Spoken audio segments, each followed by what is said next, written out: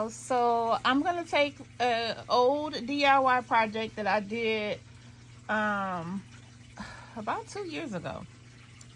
This little wall art that I did using some paper plates from Dollar Tree and some little plastic spoons. And they held up for quite a while. It's been on my wall this whole time.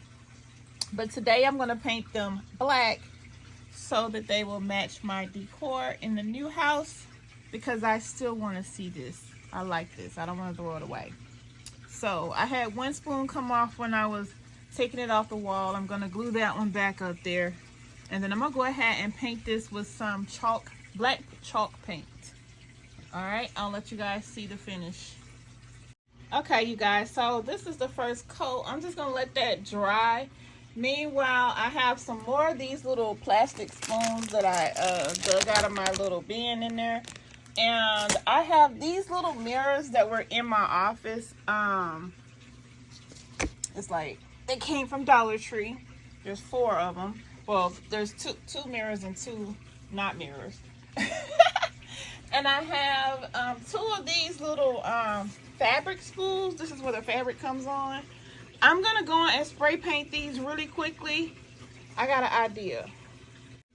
Okay, so basically I am going to be gluing these around like that on both of the mirrors. All right, you guys, so I got tired. I'm gonna get a smaller little brush or maybe some Q-tips and go in between those little spots where you can still see a little gold, probably tomorrow, because I do have to work tomorrow.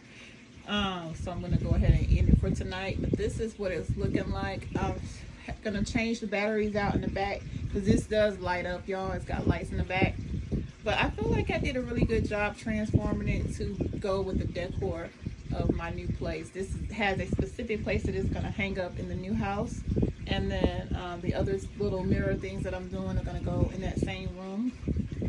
So stay tuned, and you'll get to see it hanging up when I do the tour of the new house.